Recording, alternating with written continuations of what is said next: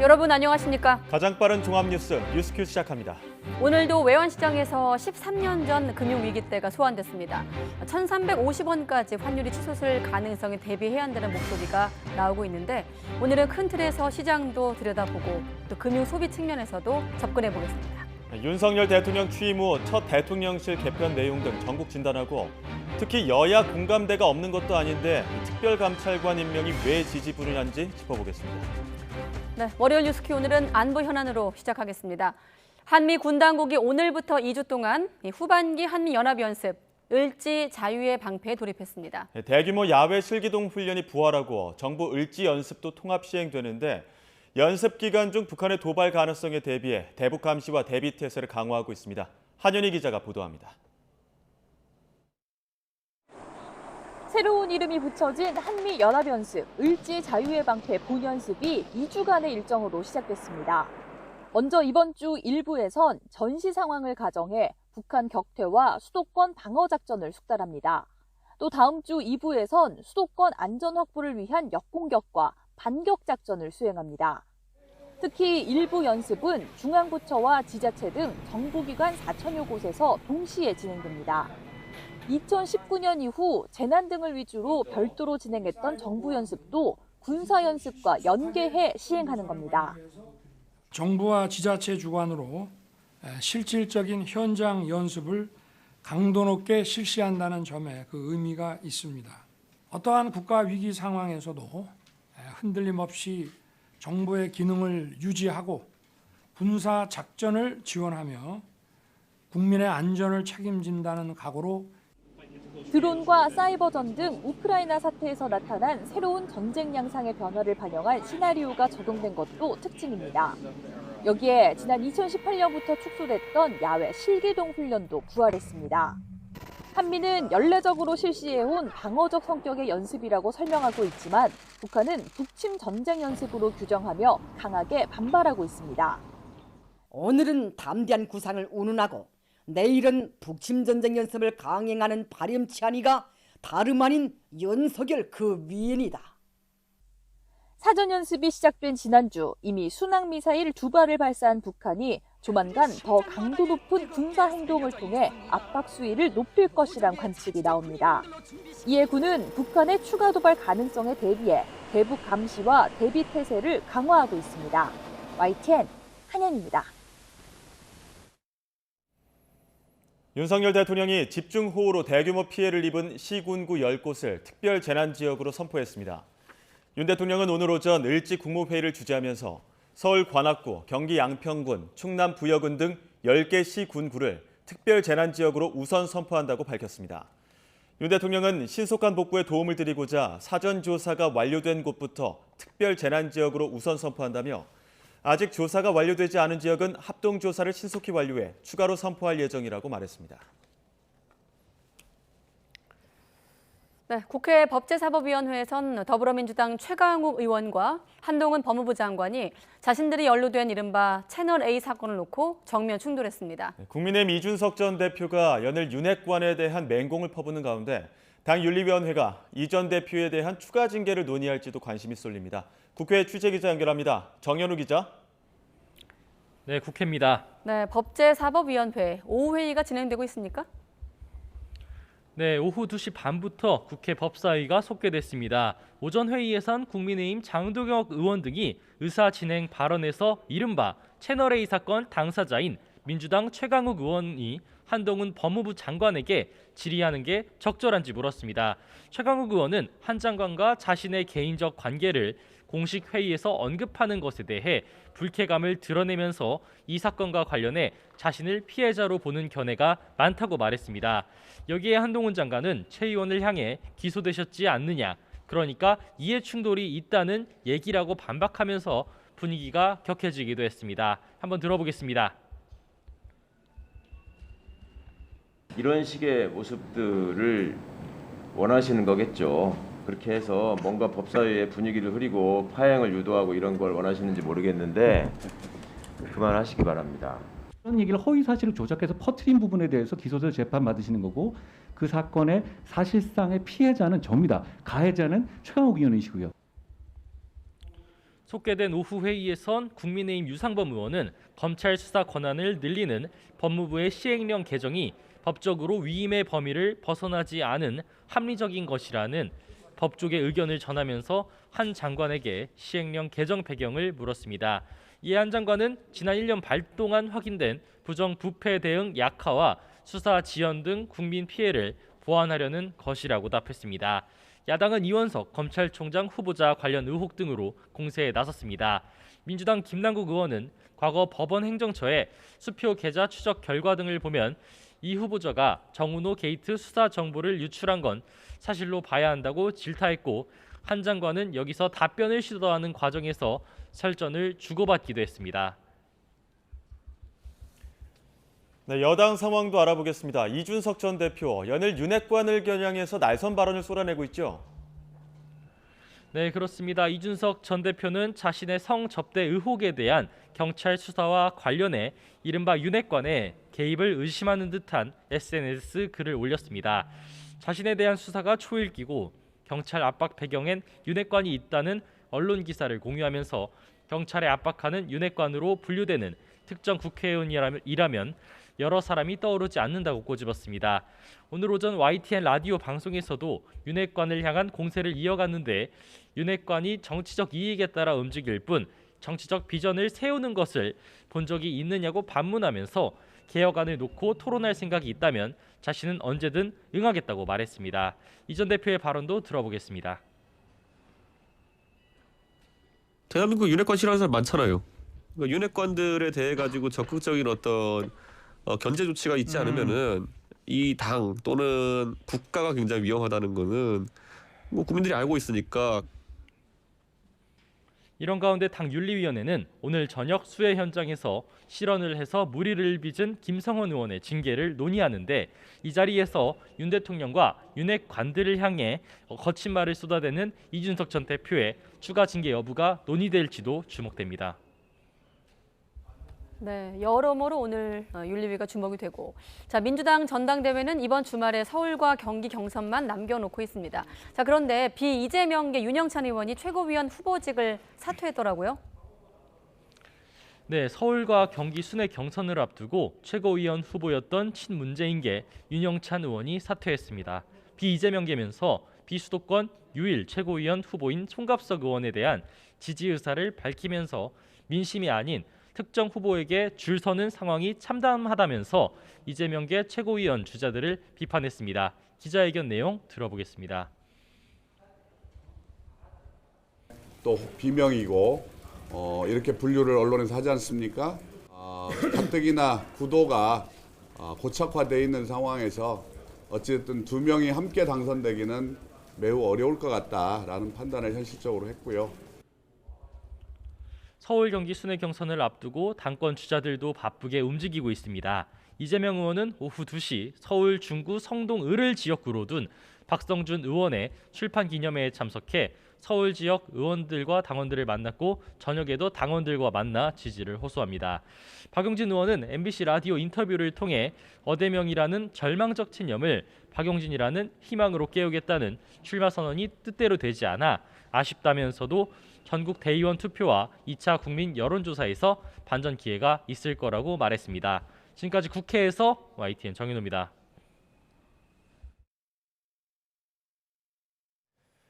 네, 지난 휴일 동안 윤석열 대통령은 취임 103일 만에 처음으로 비서실 개편을 단행했습니다. 이와 함께 국정 쇄신 방안의 하나로 특별감찰관 임명 요구를 수용하겠다는 뜻도 재차 밝혔는데요. 이미 윤 대통령 당선인 신분이던 지난 3월부터 특별감찰관 재가동을 지시하는 등 특별감찰관의 부활을 예고한 바 있습니다. 특별감찰관실은 대통령의 배우자와 사촌인의 친족, 대통령 비서실의 수석비서관 이상 공무원 등을 상시적으로 감찰하는 대통령 소속 독립기관입니다. 박근혜 전 대통령이 대선 후보 시절 공약해서 추진된 제도로 이 특별감찰관은 국회가 후보 3명을 추천하면 대통령이 이 중에 1명을 지명한 후 국회 인사청문회를 거쳐 임명됩니다. 때문에 어제 김대기 대통령 비서실장도 브리핑을 통해 특별감찰관 임명은 대통령이 수용하겠다 안 하겠다의 차원이 아니라며 국회에서 결정되면 100% 수용하게 되는 것이라고 밝혔죠. 결국 공은 다시 국회로 넘어갔지만 여야는 기싸움을 이어가고 있습니다. 먼저 국민의힘 입장 들어보시죠. 민주당은 지난 5년간 이런저런 이유로 뭉개왔던 특별감찰관 지명 협의를 하지 않은 것에 대해서 먼저 진솔하게 국민과 우리 국민의힘에 사과를 하십시오. 그리고 조속히 특별감찰관 임명 절차에 착수하시고 아울러 법에 규정되어 있음에도 불구하고 민주당의 거부로 임명되지 않은 북한인권재단 이사 동시에 착수해야 합니다. 전 정부에서는 고위공직자 범죄수사처와 역할이 중복된다는 이유로 특별감찰관을 5년 동안 임명하지 않았는데요. 이에 대한 민주당의 사과와 함께 특별감찰관은 북한인권재단 이사와 동시에 추천해야 한다고 압박하고 나선 겁니다. 이러한 요구에 민주당도 입장을 밝혔는데요. 한번 들어보시죠. 사과할 사안은 아닌 것 같고요. 감찰관을 임명할 거면 임명하고 아니면 아닌 것이지 뭐 그걸 무슨 그렇게 전 정권 얘기 자꾸 하는 거는 바람직해 보이지가 않아요. 사실은 공수처를 만들었기 때문에 특별감찰관 임명을 하지 않았던 거거든요. 그게 뭐 연계할 사안인가요? 뭘 갖다 붙이는 걸 보니까 할 생각이 없으신가 보네. 이렇게 조건들 붙이는 건 하지 말자는 소리죠. 실제 2014년 특별감찰관을 처음 임명하는 과정에서도 상당한 진통이 있었습니다. 어렵사리 여야 합의로 3명을 추천했지만 자진 논란이 불거지기도 했고 청문회가 부담스럽다며 자진 사퇴하는 후보자도 있었죠. 대통령실도 특별감찰관 임명에 적극적인 모습인데다 여야 모두 필요성에는 공감하고 있는데요. 과연 이번엔 부활할 수 있을지 특별감찰관을 둘러싼 여야의 신경전이 논의 시작부터 난항을 겪는 모습입니다. 네, 미국 연준의 긴축 의지가 재확인되면서 달러화가 강세를 보여 원달러 환율이 13년 4개월 만에 1,330원을 넘어섰습니다. 코스피는 1%가, 코스닥은 2% 넘게 하락했습니다. 취재기자 연결하겠습니다. 박병환 기자. 네, 경제부입니다. 네, 우선 환율. 오늘 환율이 급등했죠? 네, 원달러 환율은 오후 한때 1,340.2원까지 올랐습니다. 결국 전 거래일보다 13.9원 오른 1,339.8원에 마감했습니다. 환율이 1,330원을 넘어선 것은 금융위기 당시인 2009년 4월 이후 13년 4개월 만에 처음입니다. 환율 급등은 대외 요인이 컸습니다. 중국 중앙은행인 인민은행이 사실상 기준금리인 1년 만기 대출 우대 금리를 0.05%포인트 인하하며 위안화가 약세를 보이자 원달러 환율이 추가 상승 압력을 받은 겁니다. 미 연방준비제도위원들의 매파적 발언으로 안전자산 선호가 커진 것도 달러화 강세의 원인으로 꼽힙니다. 앞서 블러드 세인트루이스 연방준비은행 총재와 바켄 리치몬드 연은 총재 등이 금리 인상과 긴축 의지를 밝혀서 달러화 강세를 예고했습니다. 코스피는 1.21% 내린 2462.50에 코스닥은 2.25% 내린 795.87에 마감했습니다. 그나마 다행인 건 환율 급등 속에서도 외국인이 투매가 아니라 코스피에서 1,100억 원 이상 매수세를 보였다는 점입니다. 이에 대해 외국인들이 한국 증시 자체를 비관적으로 보는 것은 아니라는 분석이 나왔습니다. 이제 시장의 관심은 오는 26일 미국 와이오밍주에서 열리는 잭슨홀 미팅에 집중되고 있습니다. 특히 파월 연준 의장이 긴축 의지를 어느 정도 밝힐지 주목됩니다. 또 급등하는 환율이 오는 25일 한국은행 금융통화위원회의 금리 인상에 어떤 영향을 미칠지 주시하고 있습니다. 외환시장 전문가들은 환율이 앞으로 1,350원까지 치솟을 수 있다며 정부나 기업들의 대비를 권고했습니다. 지금까지 경제부에서 전해드렸습니다.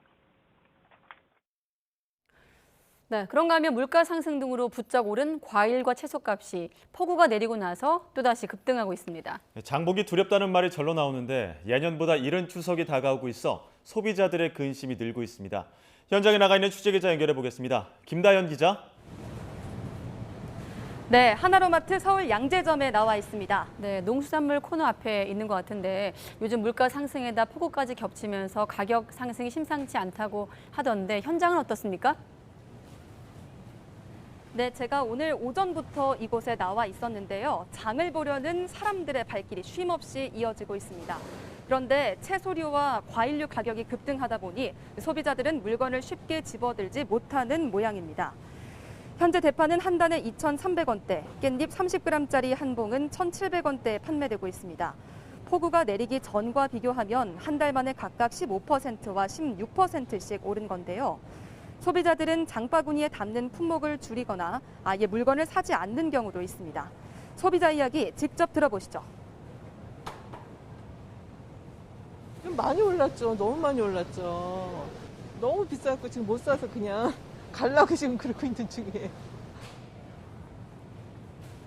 문제는 올해 추석이 더 빨리 다가와서 소비자들의 부담이 더해지고 있다는 건데요. 추석 대표 과일인 사과는 2kg에 10,000원 수준으로 7,600원 수준이었던 지난해보다 30% 넘게 올랐습니다. 배 역시 지난해에는 3kg에 1,900원 정도였는데 올해는 11,800원으로 7.5% 올랐습니다. 최근 집중호우로 농가 피해가 컸던 만큼 과일류 가격이 부쩍 오른 겁니다. 추석 대표 음식인 전을 만들 때 필요한 재료도 값이 치솟긴 마찬가지입니다. 우크라이나 침공 사태가 반년 넘게 이어지면서 밀가루 가격은 지난해보다 55% 넘게 올라 1kg에 1,880원 수준이고요. 식용유 1.5리터 가격도 1년 새 34% 가까이 올라 6,680원 정도입니다. 소고기와 돼지고기 가격 역시 평년보다 10% 정도 인상됐고 게맛살은 30%, 햄은 16% 넘게 올랐습니다. 상황이 이렇다 보니 현재 이곳 마트에서는 물가 급등 품목 100가지를 선정해 추석까지 30% 할인하는 행사를 진행하고 있습니다. 또 가격 부담이 커진 제철 과일의 경우 연말까지 최대 70% 할인한다는 방침입니다. 정부 역시 역대 최대 규모인 650억 원 할인 쿠폰을 지원하고 추석 성수품 공급을 늘릴 예정입니다. 그러나 줄어든 공급에 명절 수요가 겹치면서 소비자들의 장바구니 부담은 더 커질 거로 보입니다. 지금까지 하나로마트 서울 양재점에서 YTN 김다현입니다. 국내 19개 은행 가운데 예금 금리와 대출 금리 차이가 가장 큰 곳은 전북은행인 것으로 나타났습니다. 은행연합회가 공개한 지난달 예대금리차 자료를 보면 전북은행의 가계대출 금리와 예금 금리 격차가 6.33%포인트로 전체 은행 가운데 가장 높았습니다. 토스뱅크 5.6%, K뱅크 2.46%, 카카오뱅크 2.33% 등이 전북은행의 뒤를 이었습니다. KB국민과 신한, 하나, 우리, 농협은행 등 5대 은행 가운데선 신한은행이 1.62%로 가장 높았고 하나은행이 1.04%로 제일 낮았습니다. 네, 방금 전해드린 예대금리차도 궁금하실 때고요. 또 원달러 환율이 13년여 만에 장중 1,340원 선을 천장이라고 하더라고요. 예. 네, 뚫으면서 어디까지 치솟을지 우려가 커지고 있습니다. 특히 고환율은 물가 상승에 직격탄인 만큼 추석 밥상 물가와 이번 주에 있을 기준금리 결정에도 영향이 불가피해 보이는데요. 김광석 한국경제산업연구원 연구실장과 자세히 짚어보겠습니다. 어서 오십시오. 네, 안녕하세요. 네, 실장님 오랜만에 뵙겠습니다.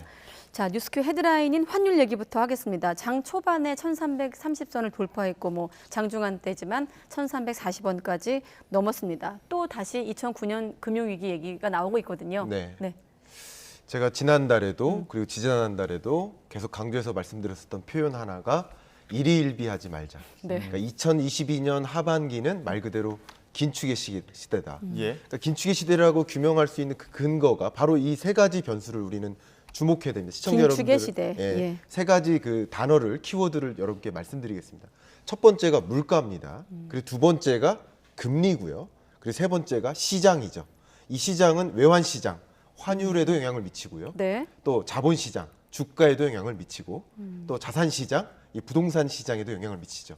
예. 결과적으로 물가가 안 잡혔기 때문에 물가가 잡혔는 줄 알았는데 안 잡힐 수도 있겠다. 정점론을 많이 확산시켜 나가고 있었는데 정점이 아닐 수도 있다. 그러면 금리 인상 더 강도 높게 할 수도 있겠구나. 그것이 또다시 이 시장 영향을 미치는 이 상황이 계속 반복되고 있다 이렇게 해석할 수 있습니다. 그러면 물가, 금리, 환율 여러 차례 또 실장님하고도 얘기를 해봤습니다만 이게 맞물려 있잖아요. 그래요. 닭이 먼저는 달기 먼저냐랑 좀 비슷한데 네. 물가가 가장 시급한 건가요? 그러면? 그렇습니다. 지금 일련의 모든 논쟁은 네. 물가 도대체 언제 잡힐까? 물가 정점 찍었을까? 이겁니다. 네. 특히 미국 물가. 우리가 인생 살면서 굳이 미국 물가 상승률까지 관심이 있었나 하는 그런 시대를 살고 그러겠나 있는데 말입니다. 그 미국 물가 상승률 때문에 이번 주에 개최될 잭슨홀 미팅에서도 예. 물가가 고점이다. 이미 고점 찍었다라고 확신을 하게 된다면 금리 인상 폭을 좀 줄여드릴 거예요. 금리 인상 기조가 좀 줄어들 겁니다. 그러면 아무래도 자산 시장은 굉장히 긍정적인 효과가 예. 나올 텐데 물가 안 잡혔다. 아직 정점 아니다. 계속 물가 계속 고공행진할 수 있다라고 만약에 판단을 한다면 그러면 금리 인상은 더 남아 있고 그것은 자산 시장에 또 한 번 충격을 줄 수 있겠죠. 어쩌면 이 환율마저도 미국의 긴축 행보가 그렇게 계속 강하게 유지된다면 이 달러 환율도 1350, 1400 이게 불가능한 일은 아니라고 생각하는 것이 맞다 생각합니다. 이게 언제 한번 오르고 언제 한번 떨어지면 말씀하신 것처럼 일희일비하지 않을 텐데 계속 오르다 보니까 이게 과연 언제까지 오를 것이냐 이런 걱정들 많이 하고 있거든요. 언제까지 오를까요? 네, 그것은 제가 정답부터 말씀드리면 원론입니다만 물가에 달려 있다. 계속 똑같은 말씀 드리는 겁니다. 그럼 물가가 정말 고점을 찍었을까? 예를 들면 6월 미국 물가 상승률이 9.1%였습니다. 그리고 7월 물가 상승률이 8.5%로 크게 떨어졌습니다. 이제 물가 고점 찍었나 보다 했는데 만약에 이 8월 물가 상승률이 9월 초에 나올 텐데 이게 9%를 초과하거나 아니면 정점 아니었구나라는 것을 확인시켜주는 그런 성적표가 나온다면 금리 인상 행보는 더 강해진다는 거죠. 그러니까 이런 것들의 일희일비하기보다는 22년 하반기 그 경제의 모습 자체가 이런 물가 잡겠다고 긴축 행보 보이는 이런 긴축의 시대이기 때문에 지속적으로 달러 강세라든가 금리 인상 행보 이런 것들이 계속 유지될 수 있겠구나라고 염두에 두고 경영 의사 결정하시고 투자 의사 결정하실 필요가 있지 않을까 생각합니다. 방금 실장님께서 성적표라고 하셨는데 긴가민가 싶을 땐 또 지표로 확인할 필요가 있지 않겠습니까? 정부가 지금 늦어도 10월 즈음에는 좀 물가 상승세 정점을 전망하고 있는 그 근거 중에 하나가 수입 물가 상승률 추이를 좀 근거로 되고 있는데 함께 좀 설명해 주시면요. 네, 우리나라의 이 소비자 물가 상승률에 영향을 미치는 그 경로가 우리 국제 유가 상승한다 아니면 원자재 가격 상승한다 이런 이야기 있지 않습니까? 근데 이 수입 물가 상승률이 결과적으로 생산자 물가 상승세를 만들고 생산자 물가가 오르면 당연히 소비자 물가가 오르는 텐데 국제 유가 얼마 전에 떨어지기 시작했는데 왜 소비자 물가는 안 잡히는 것이냐? 시간적 격차가 있습니다. 그러니까 수입 물가 그리고 생산자 물가, 소비자 물가에까지 반영되는 데까지 대략 3개월 정도의 시간적 격차가 있습니다. 그리고 국제 유가는 떨어졌지만 나머지 원자재, 지금 가스비라든가 그 밖에 원자재 가격은 계속 고공행진하고 있거든요. 그러니까 국제 유가가 떨어진 건 나름 긍정적인 희망 요소이지만 그 밖에 다른 변수들은 계속 오르고 있기 때문에 물가가 하향 안정화될 것이다라는 기대가 크게 뚜렷하진 않은 상황이라고 볼 수 있겠습니다. 어쨌든 수입 물가 상승세가 7월 들어 27.9로 어느 정도 떨어지니까 이제 10월 정도 되면 소비자 물가도 반영되면서 떨어지지 않겠느냐 하는 기대가 있는 것이고 이건 굉장히 타당한 방법이고요. 또 한 가지 여러분 시청자 여러분들께 제가 한 가지 설명드리고 싶은데 이 시청자 여러분들께서 주로 이제 귀담아 듣는 그 표현은 물가 상승률이 아니라 물가입니다. 설명드려 볼게요. 이 볼펜이 한 자루가 100원이에요. 근데 이게 200원으로 올랐어요. 그리고 또 300원으로 오릅니다. 계속 100원씩 오르죠. 그러나 물가 상승률을 보면 100% 올랐는데 50%로 떨어지죠. 그러니까 우리가 궁극적으로 관심 있는 그 주제는 물가 상승률인데 물가 상승률은 결과적으로 전년 동월과 비교하기 때문에 작년 10월부터 물가가 치솟기 시작했거든요. 그러면 어떻게든 이 10월 물가 자체가 중요한 게 아니라 비교 년도인 2021년 10월이 중요한데 그때부터 물가가 치솟았기 때문에 이런 가격 상승세가 유지되지 않는 한 높은 물가 상승률을 유지하기 어렵습니다. 다른 말로 물가 상승률은 10월부터 잡히기 시작할 텐데 여러분들이 체감하실 만한 그 물가는 전혀 잡히지 않는다는 거예요. 여전히 100원씩 계속 오르고 있다는 거예요. 그럼 어쨌든 경기 판단에 있어서는 여러분이 체감하는 그 물가가 더 중요한 것이라기보다는 이 경기를 진단하고 금리를 동결할지 인상할지를 판단하는 이 거시경제 정책을 이해해야 된다면 물가 상승률에 더 주목하실 필요가 있겠다. 당장 시장에서 뭐가 얼마 하느냐에 좀 반응할 것이 아니라 말씀하신 물가 상승률 좀 지표를 지켜볼 필요가 있다. 이런 말씀이시네요. 지금 시청자 여러분들이 체감하는 물가도 좀 이야기를 해봐야 될 것 같습니다. 앞으로 지금 저희 취재 기자가 대형마트에서 채소값 올랐다, 과일값 올랐다 이렇게 전해주기도 했습니다만 정부도 이와 좀 대응하는 추세에서 농산물 비축 물량, 할인 쿠폰 역대급으로 풀고 있는데 과연 이 정부의 대책이 급한 불을 끌 수 있느냐? 효과가 있느냐 이런 의문은 들거든요. 어떻습니까? 네, 매년 반복되는 일이에요. 단 한 번도 반복되지 않은 적이 없습니다. 그러니까 지금 인플레이션 시대잖아요. 그러니까 인플레이션 시대가 아닐지라도 2020년, 2021년 디플레이션이 걱정되는 그 시대에도 늘상 8월 달, 9월 달에는 이 밥상 물가, 식탁 물가 이 단어가 제 연구 인생 10여 년 동안 계속 등장했었습니다. 네. 이건 잡히지 않는 숙제예요. 그러니까 어떻게 보면 구조적으로 인플레이션 시대까지 왔는데 계절적인 요인까지 맞물리는 경제, 굉장히 심각한 경제 이렇게 표현해 볼 수 있겠고요. 예. 기본적으로 추석을 준비하기 위한 성수품 준비, 이런 식료품 수요가 급증하는데 네. 얼마 전에 수해 입었지 않습니까? 예. 폭우 왔지 않습니까? 예. 이것은 우리 여러 가지 수해도 문제지만 중요한 것은 농산물 공급에 엄청난 지장이 있습니다. 그럼 농산물 공급이 축소되는 만큼 수요는 폭증하기 때문에 농산물 가격이 급등할 텐데 걱정되는 것은 그 공급 부족량만큼을 충분히 정부가 준비할 수 있느냐 그렇지 않다는 거죠. 얼마 전에 제가 세계 식량기구에 국내 이 식료품 비축분을 조사한 결과를 확인했는데 네. 안타깝게도 쌀을 제외한 나머지 식료품은 FAO 세계 식량기구의 권고안을 미달하고 있어요. 비축분 자체가 부족한 겁니다. 예. 그러니까 상대적으로 다른 나라로부터 빠르게 이런 계절 상품들을 수입에 의존하면 되지 않겠느냐 생각할 수 있겠지만 다른 나라들도 문을 닫고 있습니다. 그렇기 때문에 한계가 많이 있다. 물론 이것이 효과가 없다는 것이 아니라 효과가 있겠지만 네. 이것으로 물가가 잡힐 것이다. 이렇게 기대하기는 어렵다고 생각합니다. 예. 자, 그래서 고환율 고물가 시대, 한국은행이 또 기준금리 25일에 어떻게 결정할 것인가가 관심인데 일단 잭슨홀 회의까지 좀 묶어서 질문을 드릴게요. 네. 여기를 좀 주목한다고 앞서 말씀하셔가지고요. 네, 맞습니다. 잭슨홀 미팅은 소위 세계 모든 중앙은행 총재들이 대부분 네. 관심을 갖고 혹은 참여를 하는 그런 세계적인 연례 행사라고 볼 수 네. 있고요. 당연히 제롬 파월 연준 의장이 발제를 하고 기자회견도 합니다. 결국 그 잭슨홀 미팅에서 세계적인 석학들과 함께 여러 가지 의견을 판단할 텐데 네. 작년 21년 8월에도 똑같은 회의가 있었겠죠. 그때 여러 학자들이 이제 인플레이션은 구조적인 요인이다. 계속 인플레이션 현상이 야기되겠다라고 주장하는 학파도 있었고 아니다. 인플레이션이 일시적인 것이다. 라고 판단하는 학파도 있었습니다. 예. 그러나 제롬 파월은 어쨌든 이 일시적인 것이라고 받아들였고 그때부터 긴축적으로 통화 정책을 단행한 건 아니었습니다. 예. 근데 22년 지금에는 그것이 틀렸다. 구조적인 요인일 수도 있겠다라고 판단하고 있습니다. 결과적으로 네. 이 잭슨홀 미팅 결과 이 제롬 파월의 의견이 이 물가는 고점이 아니다. 계속 고공행진할 수 있다. 그럼 우리 금리 인상 행보도 더 갈 수 있다라는 그런 의사결정을 만약에 발표를 하게 되면 자산 시장은 추가적인 조정이 있을 수 있다. 예. 환율도 추가적인 상승 압력이 있을 수 있다라는 것을 생각해 볼 수 있고요. 만약에 제롬 네. 파월 의장이 물가 이렇게 고점 아니다. 이제 고점 찍었다. 이제 곧 잡힐 수 있다.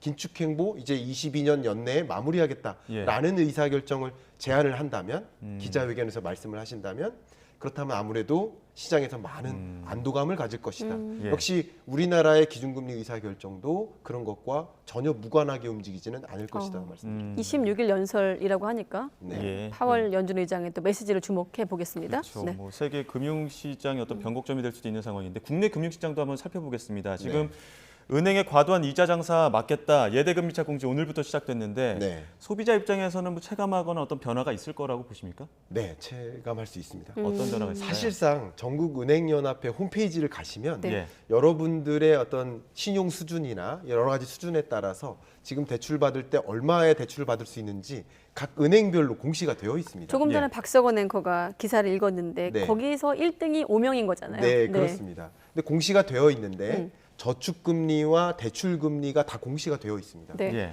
다만 평균적인 대출금리와 평균적인 수신금리, 저축금리죠.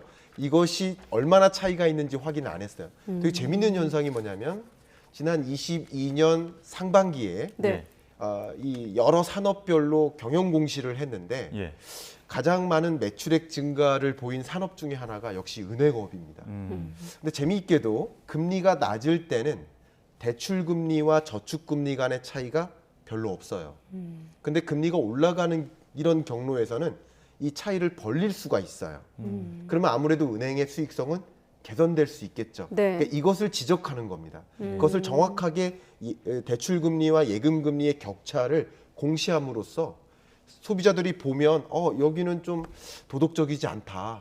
지금 이렇게 어려운 국면인데 예대금리 수익성을 계속 높여나가면 나 이 은행 말고 이런 은행을 찾아갈래 네. 라고 판단할 수 있기 때문에 예. 이 공시 자체가 효과가 있고요. 예. 그 공시 때문에 여러분들도 의사결정을 하실 때 내 신용 수준에 맞게 어디가 더 높은 저축금리를 제공할지 또 어디가 좀 싼 대출금리를 제공할지라는 것을 여러분 이 홈페이지를 통해서 확인해 보시고 네. 스스로 좋은 금융투자 의사결정을 하시면 어떨까라는 것을 일단 의견드립니다. 실장님 옆으로 지금 은행별로 예대금리 차를 보여드리고 있으니까 참고하시기 바라겠고요. 이렇게 되면 이렇게 방송을 통해서 또 공개를 하면 은행 입장에서 눈치를 볼 수밖에 없는데 오히려 대출금리는 또 올라갈 수도 있다 이런 우려도 있던데 왜 그런 겁니까? 네, 그렇습니다. 이제 기본적으로 은행 입장에서는 이렇게 대출금리와 어떤 저축금리를 공시하게 되는 과정에서 그 부담을 아무래도 대출에 반영할 수 있습니다. 그럼 대출에 반영한 대출금리라는 것은 기본적으로 우리 시중금리인데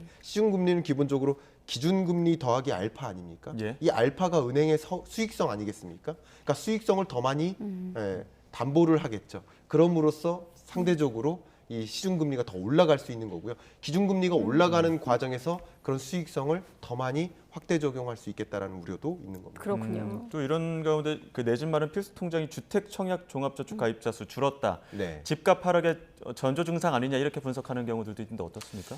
왜냐하면은 이것도 궁금해요. 사실 그 이런저런 그 상품을 고를 때 청약 상품을 많이 추천하잖아요. 은행에서 금리 좀 높다 보니까. 맞아요. 근데 줄어든다고 하고 있어서 한번 네. 질문 준비해봤거든요. 네.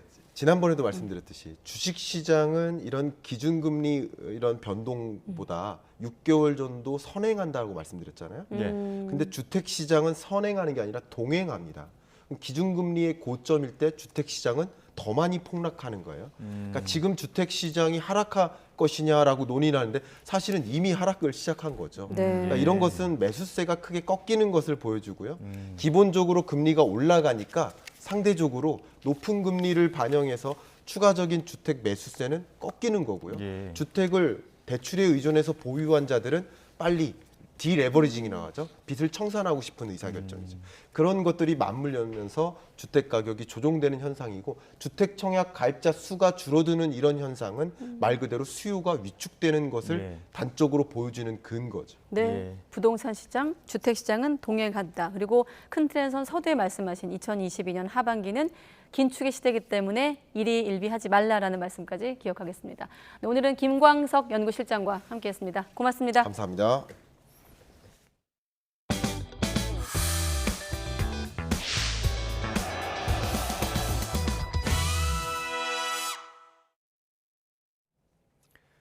(8월) 들어 20일까지 무역 수지가 100억 달러 넘게 적자를 기록하면서 적자 규모가 커지고 있습니다. 원유와 가스 등 에너지 수입은 큰 폭으로 늘었는데 수출은 제자리 걸음입니다. 박홍구 기자가 보도합니다. 우크라이나 전쟁으로 급등한 국제 에너지 가격이 무역 수지를 계속 압박하고 있습니다. 8월 1일부터 20일까지 수입액 436억 달러 가운데 3대 에너지원인 원유와 가스, 석탄의 수입이 125억 달러로 30% 가까이 됐습니다. 에너지 수입액은 지난해보다 71% 증가했습니다. 지금 우리나라가 국제 원자재에 대한 수입 의존도가 상당히 높은데 이 원유라든지 가스라든지 석탄 이 부분에 대해서 수입 의존도가 상당히 높습니다. 이 부분이 우리나라 상품 수지 적자에 상당히 큰 요인을 미치지 않았나 생각을 합니다. 수출은 334억 달러로 3.9% 증가에 그쳤습니다. 주요 수출 품목인 반도체 수출이 7.5% 줄었고 대중국 수출도 11.2% 감소해 이달 들어서만 대중무역은 6억 6천만 달러 적자를 보고 있습니다. 이번 달 1일부터 20일까지 무역 수지는 102억 달러 적자로 집계됐습니다. 올해 1월 이후 누적 적자 255억 달러 가운데 40%가 이번 달 20일 동안 발생했습니다. 8월 남은 기간에 적자폭을 만회하지 못하면 무역 수지는 지난 4월 이후 5개월 연속 적자를 기록하게 됩니다. 적자 규모는 6월부터 커지는 추세입니다. 그나마 다행인 건 무역 수지 악화의 주범인 국제 유가 등 원자재 가격 상승세가 꺾이는 추세여서 9월 이후부터 수입 물가가 하락할 가능성이 있습니다. 전문가들은 미국이 긴축 행보를 이어가고 중국의 경기 둔화 우려가 여전해 교역 여건의 불확실성은 당분간 계속될 것으로 진단했습니다. YTN 박홍구입니다.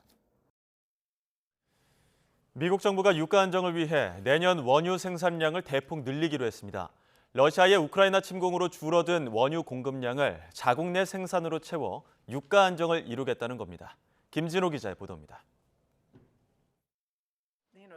제니퍼 그레놈 미국 에너지부 장관은 폭스뉴스에 출연해 내년부터 미국이 기록적인 원유 생산에 들어갈 것이라고 밝혔습니다. 하루 1270만 배럴 생산량을 목표로 제시했습니다. 이는 하루 1220만 배럴 생산으로 최고치를 기록했던 2019년도보다도 늘어난 것입니다. 현재는 하루 1200만 배럴 미만을 생산하고 있습니다. 그레놈 장관은 러시아의 우크라이나 침공 이후 글로벌 시장에서 원유 수백만 배럴이 사라졌다고 지적했습니다. 이처럼 수급의 이상이 생기면서 전 세계 유가가 급등했기 때문에 손실분을 채워야 한다는 입장입니다. 주요 산유국들의 협의체인 오펙 플러스가 바이든 대통령의 증산 요청에도 오히려 증산 속도를 줄였기 때문에 직접 나서겠다는 것입니다. Oil prices have not been this high in 7 years. And to be clear, the president is prepared to use every appropriate tool. 바이든 행정부는 우크라이나 전쟁 발발 한 달 뒤인 지난 3월부터 6개월간 하루 100만 배럴씩 모두 1억 8천만 배럴의 전략 비축유를 방출했습니다. 이에 더해 다음 달부터 전략 비축유 2천만 배럴을 추가 방출해 기름값을 더 안정시킬 계획입니다. 주유소 평균 가격이 갤런당 $5를 넘기기도 했던 미국은 최근 들어 하락세를 지속하며 평균 3.9달러까지 내려간 상태입니다. YTN 김진호입니다. 이번 주 들어 전국 초중고교 대부분이 여름방학을 마치고 개학하면서 교육당국이 방역 상황 점검에 나섰습니다. 교육부 관계자는 이번 주까지 전국 학교의 88%가 개학하고 다음 주에 나머지 12%가 개학하는 만큼 방역 물품이 부족하지 않도록 적극 지원할 계획이라고 말했습니다. 또 방역당국과 전문가의 자문을 거쳐 개정된 학교 방역 지침을 마련하고 각급 학교에 배부했다고 덧붙였습니다. 코로나19 신규 확진자는 이틀 연속 지난주보다 감소했습니다. 감염병 자문위원회는 이번 주 재유행의 정점을 찍고 감소세로 전환할 것으로 예측했습니다. 취재기자 연결합니다. 김연아 기자. 네, 사회 2부입니다. 재유행 시작 이후 월요일 기준으로는 처음 감소한 거죠? 그렇습니다. 오늘 코로나19 신규 환자는 월요일 기준으로 8주 만에 감소했습니다. 지난주 월요일보다 3,000명 정도가 줄어서 신규 확진자는 5만 9천여 명으로 집계됐습니다. 재택치료 환자도 17,000명 정도 줄어서 75만 3천여 명을 기록했습니다. 국가감염병위기대응자문위원회의 정기석 위원장도 코로나 재유행이 이번 주 정점을 찍고 서서히 감소할 거라고 밝혔는데요. 다만 백신 접종과 감염으로 얻은 면역이 다시 떨어지는 10월과 11월 사이 또 한 차례 큰 파도가 올 거라고 예상했습니다. 그러면서 코로나를 독감 수준으로 관리하는 것이 목표라고 거듭 밝혔는데요. 현재 원스톱 진료기관이 고령자와 고위험군에 차질 없이 작동될 수 있게 적극 자문하고 있다면서 독감으로 입원하는 환자들이 별로 없듯이 코로나도 이제 위험도가 많이 떨어졌고 백신과 먹는 치료제도 있어서 지금처럼 많이 입원할 필요가 없다고 강조했습니다. 환자 규모가 정점을 찍었더라도 위중증 환자는 다음 달 초까지 꾸준히 증가할 전망입니다. 오늘 위중증 환자는 전날보다 20명 늘어난 551명이고 중환자 병상 가동률은 47%입니다. 사망자는 65명으로 집계돼 누적 치명률은 0.12%를 유지했습니다. 지금까지 사회 2부에서 YTN 김연아입니다. 네, 윤석열 대통령 취임 이후 처음으로 대통령실 개편이 있었습니다. 정치권에선 특별감찰관 임명을 두고 공방이 이어지고 있는데요. 국민의힘 윤리위에선 이준석 전 대표에 대해서 징계를 내린 이후 이 전 대표가 여론전을 이어가며 이른바 윤핵관에 대한 공세 수위를 끌어올리고 있습니다. 또 민주당 전당대회 소식까지 오늘은 노동일 경희대 교수와 알아보겠습니다. 네, 교수님 안녕하십니까? 안녕하세요. 자, 먼저 대통령실 인사 취임 103일 만에 이루어진 인사부터 좀 들여다보겠습니다. 뭐 어느 정도 예고됐던 부분인데 어떻게 평가하십니까? 글쎄 뭐 여러 가지 다 똑같은 사안을 보더라도 네. 긍정 부정 다 있지 않겠습니까? 평가가. 뭐 긍정적으로 보면 일단 저는 제일 중요한 게 네. 대통령과 대통령실이 뭔가 좀 국민 여론에 귀를 기울이기 시작했다는 부분이라고 생각합니다. 사람을 바꾼다, 사람을 보강한다 네. 이런 차원도 중요하지만은요. 그동안은 인적 쇄신이 필요하다는 데 대해서 대통령도 그렇고 대통령실에서 메시지가 뭐였습니까? 지지를 올리기 위해서 뭐 인위적인 개편 같은 거 안 한다 이러셨잖아요. 대통령은 사적 인연을 중시하기 때문에 네. 쉽게 바꾸지 않는다. 이렇게 바꾸고 사람을 새로 보강했다고 하는 것은 그래도 그런 쪽에 국민 여론에 좀 귀를 기울이기 시작했다 이렇게 하는 것이고요. 네. 김은혜 홍보수석은 뭐 과거 청와대 대변인도 했었고 후보 공보단장, 대통령 당선인 대변인 이런 워낙 뭐 여러 가지 경력이 있고 본인이 워낙 또 활발한 홍보 전문가이기 때문에 그런 점에서도 저는 지금보다는 홍보 라인이 여러 가지 보강될 거라고 생각합니다. 홍보 라인을 보강했다는 건 지금 쇄신 요구에 대해서 어떻게 화답한 거라고 해석할 수 있을까요? 그러니까 홍보 라인이 뭔가 좀 문제가 있다는 건 여러 차례 여러 지적이 됐지 않습니까? 네.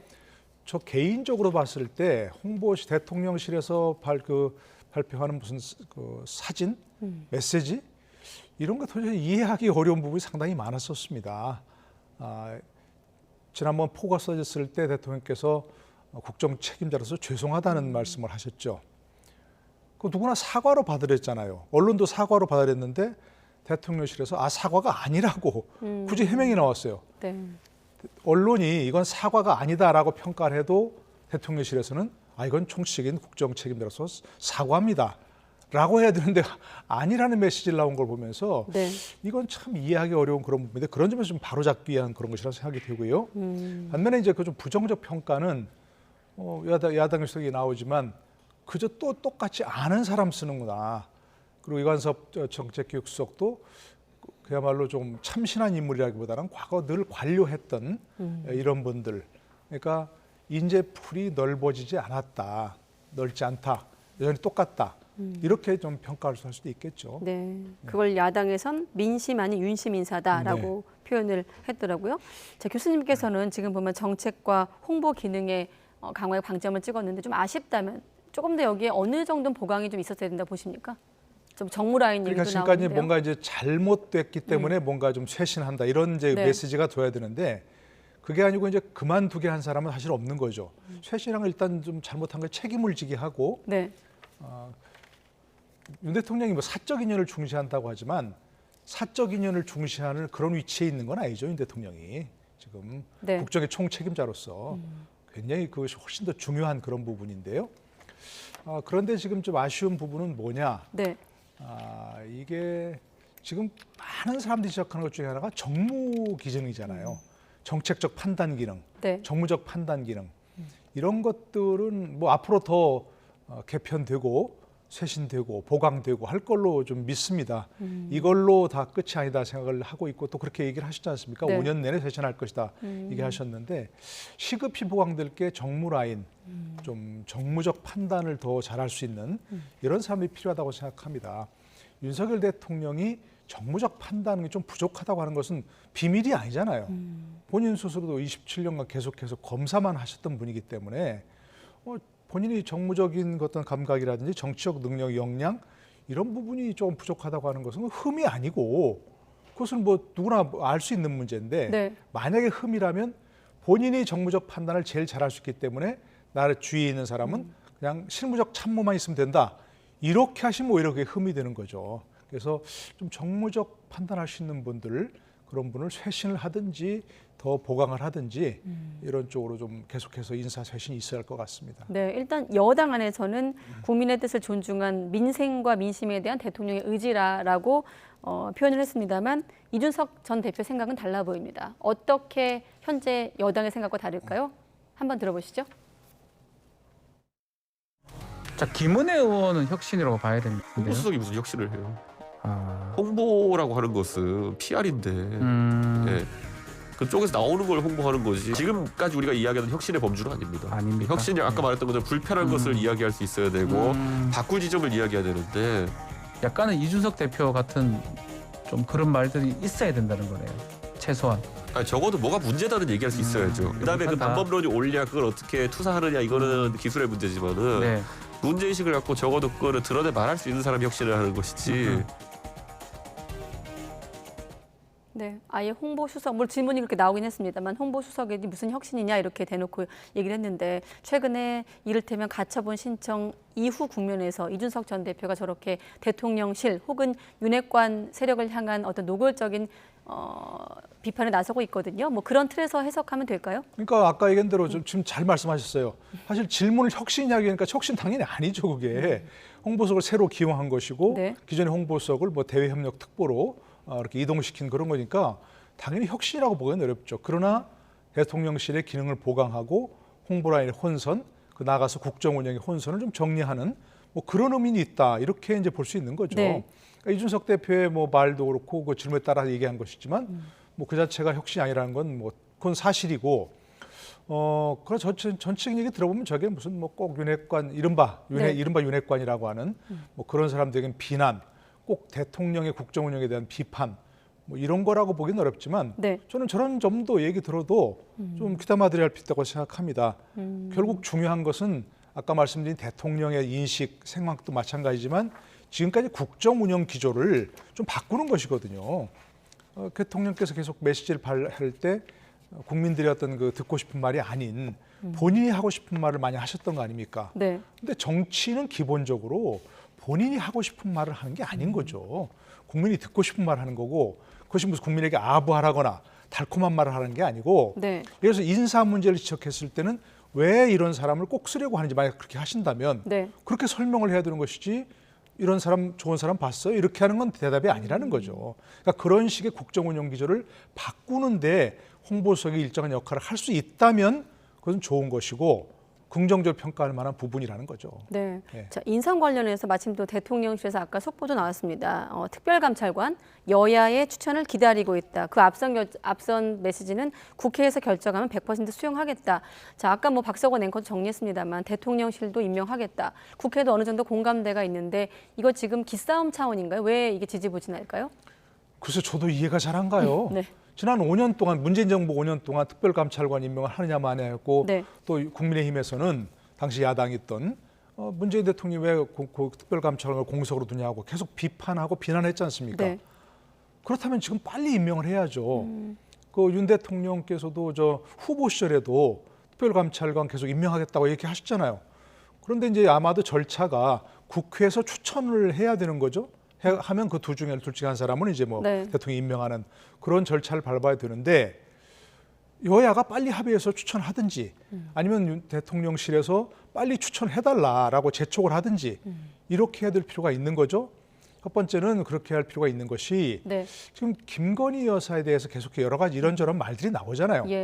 그 실체가 있든 없든 그런 얘기가 나오면 그 자체가 사실은 국정 운영에 누가 되는 거예요. 특별감찰관이 만약 있다면 그런 얘기가 나올 수 없겠죠. 미리 예방을 하거나 그런 얘기가 나왔을 때 바로 조사해서 진상을 밝힐 거니까. 그렇지 않으니까 지금 문제가 자꾸 되는 것이고 두 번째는 아마 여당에서는 지금 조영 비대위원장은 그랬죠. 뭐 북한 인권재단 이사와 같이 추천하자 그랬는데 인권재단 이사 추천은 또 뭐 지금 현재 야당인 국민의 더불어민주당에서 지난 정권이 계속 안 했던 그런 부분이죠. 근데 굳이 왜 이걸 또 연계해야 되는 건지 이해가 안 가요. 국정 운영에 부담이 되는 문제가 있으니까 특별감찰관을 빨리 임명해서 그 부분을 해소하고 그리고 뭐 북한 인권재 그럼에도 불구하고 인권재단 이사를 임명하지 않는다. 임명에 협조하지 않는다. 야당이. 그러면 그건 비판할 여지가 있는 거죠. 그러나 이거를 특별감찰관 임명하자 하니까 인권재단 이사와 연계해서 하자. 이렇게 얘기하는 것은 사실은 조금 전혀 관계없는 얘기를 또 연계해서 이렇게 하는 건 바람직한 거 아니죠. 지방선거 앞두고 여당 안에서도 특별감찰관 얘기가 나왔던 걸로 기억을 하고 참고로 국회에서 3명을 추천하면 대통령이 1명을 지명하는 절차를 거치는데 아무튼 대통령실 메시지가 나왔기 때문에 또 국회에 변화가 있을지 함께 지켜보기로 하고 자 문재인 전 대통령 사저에 대한 경호가 강화됐습니다. 바로 여쭤볼게요. 어떻게 평가하십니까? 300m? 긍정평가합니다. 아마도 지금 여야가 다 지금 긍정평가하고 있죠. 더불어민주당에서 감사하다고 얘기하고 있고 윤 대통령 취임 후에 아마 처음 나온 그런 긍정 메시지 아닙니까? 여야당에서. 저는 이 부분도 사실은 뭐 그 있었던 일, 뭐 비난이 아니고 처음 이 문제가 조금 이제 그 윤 대통령 연결해서 부각됐던 게 저렇게 이제 그 유튜버들이 막 욕설을 하고 너무 시위를 그렇게 방법론적에서 좀 용인하기 어렵게 하니까 그런 질문을 했지 않습니까? 그런데 대통령께서 뭐라 했어요? 집무실 앞에서도 시위하는데 법대로 해야죠. 이렇게 했지 않습니까? 네, 6월에 그랬었죠. 예. 네. 근데 그 부분도 대통령다운 메시지가 나오려면 법대로 해서 어떻게 법으로 막을 수는 없지만 그래도 욕설을 하거나 지나친 방법을 쓰는 건 바람직하지 않죠. 네. 혹시 법으로 어떻게 무슨 도와줄 수 있는 방법이 있다면 한번 찾아보겠습니다. 이렇게 했다면 지금까지 아무 일 안 했더라도 문제는 없었죠. 근데 지금 이제 저 문제는 대통령 경호법에 보면 네. 경호처장이 경호구역을 확장할 수 있도록 돼 있어요. 지정할 수 있도록 돼 있어요. 그러니까 법에 근거한 권한인 거죠. 네. 근데 대통령 경호처장이 마음대로 할 수 있나요? 대통령이 그걸 지시하든지 네. 그 대통령 협의해서 해야 되는 거죠. 근데 저게 지금 김진표 국회의장이 만찬을 같이 하시면서 얘기를 했다는 거 아니겠습니까? 그걸 대통령이 받아들이고 저는 저런 것이 크게 문제 협치라는 게 거창한 게 아니고 네. 저런 거라고 생각합니다. 대통령께서 야당 원내대표도 야당 의원들과도 만나시고 그러면 야당 의원들도 야당 원내대표도 뭔가 좀 본인들이 성과를 얻기 위해서라도 건의라도 할 거 아니겠습니까? 네. 그중에 가능한 것은 받아들이고 그러면서 여야 간의 대치 서로 비판 성명을 해도 정말 총질하듯 칼질하듯 그런 날카로운 게 아니고 비난을 위한 비난이 아닌 그런 성명으로 주고받을 수 있는 것이고 네. 그런 것들이 쌓이면서 협치가 되는 거죠. 이런 협치 행보가 또 지지율에 어떻게 영향을 미칠지도 앞으로 좀 추이를 봐야 되겠습니다만 앞선 뉴스 시간대 대담에서는 이 사저 문제하고 지지율과 좀 같은 맥락으로 좀 보는 시각도 있었는데 교수님 시각이 궁금합니다. 소폭이긴 하지만 지지율 회복이 되었거든요. 지금 보면은 어떻게 평가하십니까? 그게 이제 계속해서 이제 반등 어떤 추세로 가는지는 조금 두고 봐야 할 네. 문제인데 어쨌든 한 29% 그 언저리에서 조금씩 이제 올라가는 추세를 보이고 있는 건 분명하거든요. 네. 여론조사 우리 여러 차례 얘기하지만 추세가 중요한 거니까 계속해서 하락 추세로 갔다면 정말 위기감이 들 수 있지만 이 문제는 이제 3자 앞에 2자 대신 3자가 보이는 상황에서는 네. 긍정적이라고 생각이 되고요. 아까 말씀드린 그런 일부터 시작을 하면 1%포인트씩이라도 올라갈 거 아니겠습니까? 네. 이 문제도 사실은 어떤 극단적인 사람들 사이에서는 마땅치 않다고 하면 있을 수 있어요. 그러나 그런 극단적인 사람들보다는 상식적이고 평균적인 많은 사람들에게 호소할 수 있는 그런 사람들이 긍정적으로 평가할 수 있는 그런 국정을 운영해야 되는 거죠. 네, 정당 지지율도 한번 볼까요? 국민의힘이 소폭 상승하고 민주당이 이제 소폭 하락했는데 국민의힘 같은 경우도 이제 하락세를 잠시 멈춘 것으로 지금 나타나고 있거든요. 대통령 지지율과 맞물려서 지금 계속 당내 상황도 몇 주간 보고 있었는데 아무래도 좀 동반 같이 가겠죠? 동행하는 모습을 보이겠죠? 그렇죠. 특히 여당은 대통령 지지율과 연동될 수밖에 없는 것이고 네. 그래서 지난 대선 때도 사실은 더불어민주당이 그렇게 문재인 대통령의 지지율 이런 게 그렇게 신경을 썼던 거 아니겠습니까? 그러니까 집권 여당은 정부와 대통령과 그런 일체감이 있을 수밖에 없는 그런 것들이고요. 네. 근데 전 저걸 보면서 민주당의 지지율이 굉장히 많이 올라야 되는 그런 상황인데 조금씩 떨어지고 있는 걸 민주당이? 보이고 있고 지금 전당대회라는 게 이른바 굉장히 그런 컨벤션 효과를 누릴 수 있는 시기 아니겠습니까? 네. 매일매일 어떤 뉴스에 나오고 사람들이 주목해야 되는데 오늘도 얘기할 수 있는 시간인지 모르겠습니다만 네. 어떤 것도 지금 다 봐도 정치 관련 시사 프로를 봐도 얘기 많이 하고 민주당 전당대회는 한 꼭지 얘기해요. 그만큼 이게 주목을 못 받는 거 아니에요. 그러니까 지금 이제 굉장히 여론이 올라야 될 여론 지지율이 올라야 될 상황에서 오르지 못하고 있고 너무 판세가 분명해서 흥행이 좀 떨어지는 건가요? 그런 점도 분명히 있겠죠. 어대명이어서 확대명이라고 지금 하고 있는 그런 상황이고 예. 그러니까 결과가 너무 뻔하고 두 번째는 도대체 대선 지선을 치고 나서도 변한 게 없다. 똑같다. 이런 모습이 있을 수 있고 또 한 가지는 이재명 후보가 대표가 된 게 확실하지만 네. 지금 민주당에서 당헌 개정 문제를 들고 나온 것도 그렇고 많은 사람들이 사법 리스크를 얘기하지 않습니까? 네. 그러니까 특히 호남 지역을 중심으로 정말 열혈 지지층 사이에서는 이재명 후보에 대한 반감도 상당히 있다고 볼 수 있는 거죠. 그런 점에서도 흥행이 부진한 그런 요인이라고 할 수 있는 거죠. 네.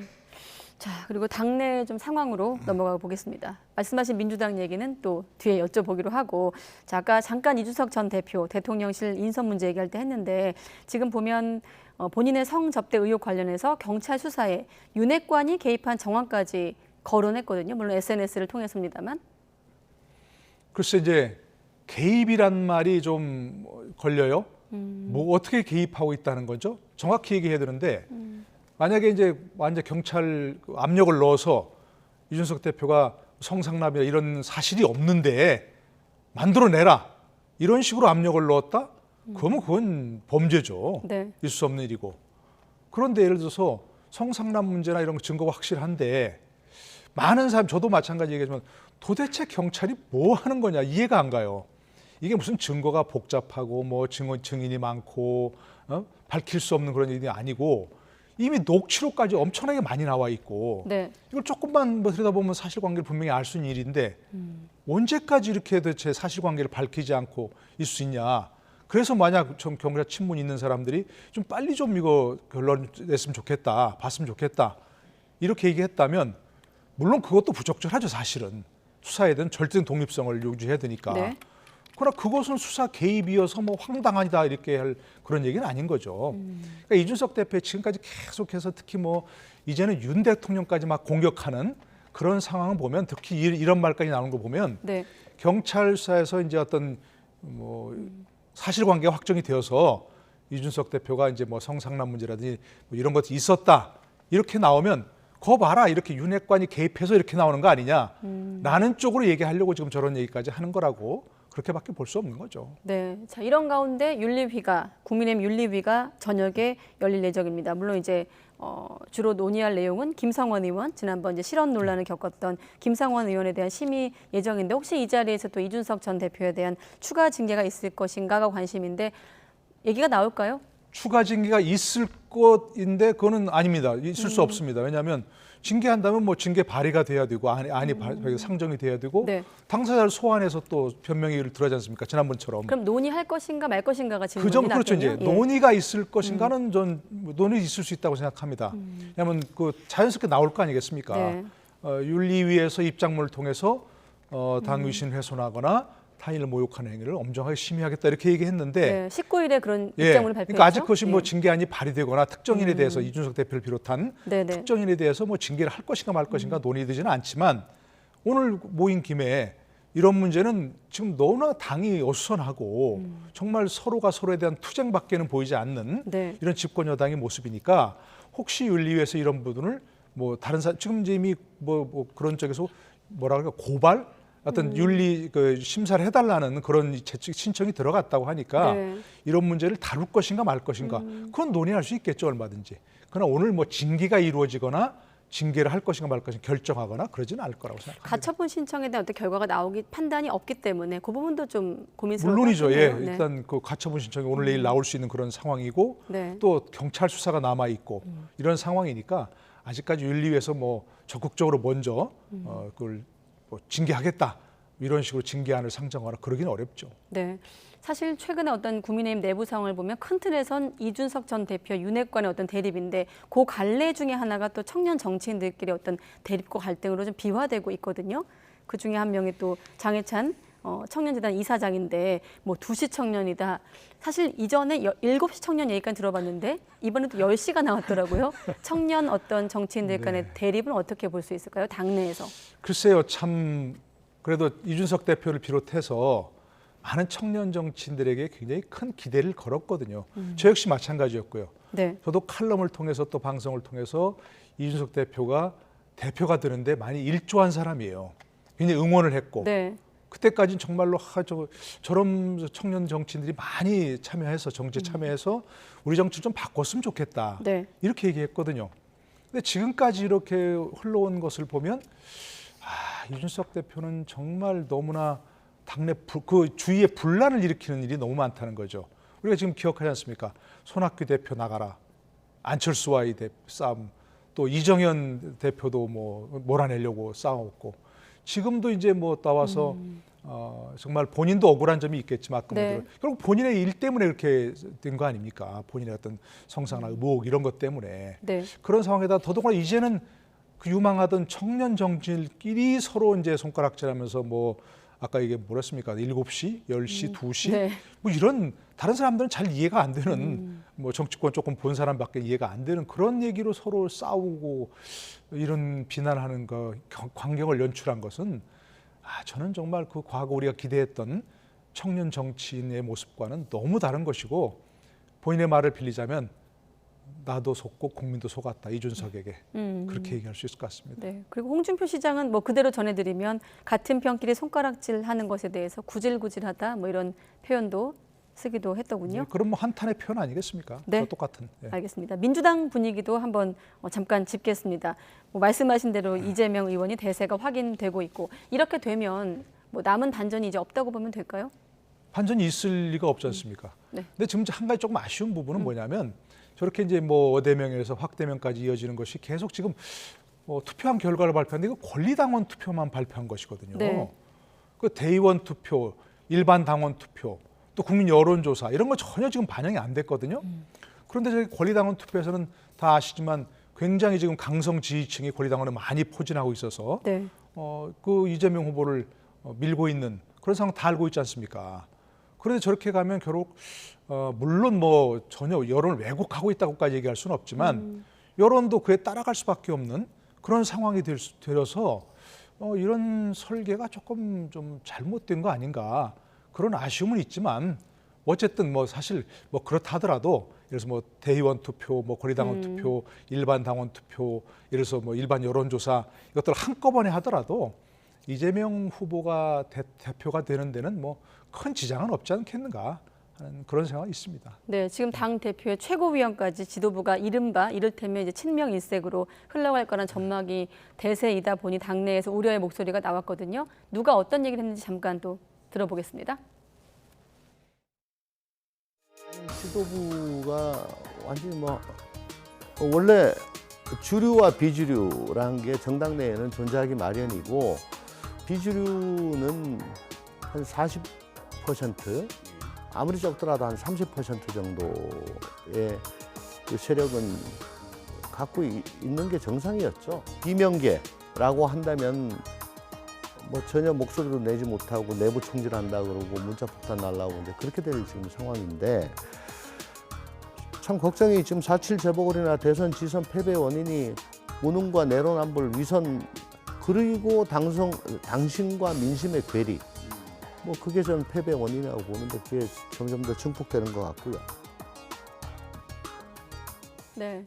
민주당 조응천 의원이 YTN 뉴스 라이더에 나와서 언급한 내용인데 당심과 민심의 괴리를 언급했거든요. 자, 끝으로 이렇게 질문 드릴게요. 자, 전당대회 이후 민주당의 모습을 예상해 본다면?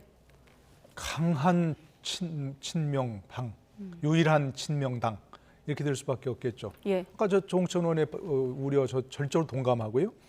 건강한 반대 세력이 존재해야 건강한 세력이 되는 거죠. 지금 민주당에서 대통령실, 윤 대통령 공격하는 포인트가 뭡니까? 쓴소리 하는 사람 하나도 없다는 거 아니겠습니까? 그렇게 되면 지금 같은 이 상황이 되어서 만약에 어대명이 되고 나머지 뭐 최고인들도 거의 다 친명계도 된다? 그럼 누구 하나 쓴소리 할 수 없지 않습니까? 금태섭 의원의 일을 봤잖아요. 쫓겨나는 그런 상황을. 네. 지금 그게 이제 앞으로는 더 강해지고 지금은 그래도 이재명 의원이 뭐 후보기 때문에 조심하는 그런 모습을 보이고 있지만 일단 대표가 되고 나면 절대 그렇지 않을 겁니다. 네. 여기까지 듣겠습니다. 오늘은 노동일 경희대 교수와 함께했습니다. 교수님 고맙습니다. 네, 고맙습니다.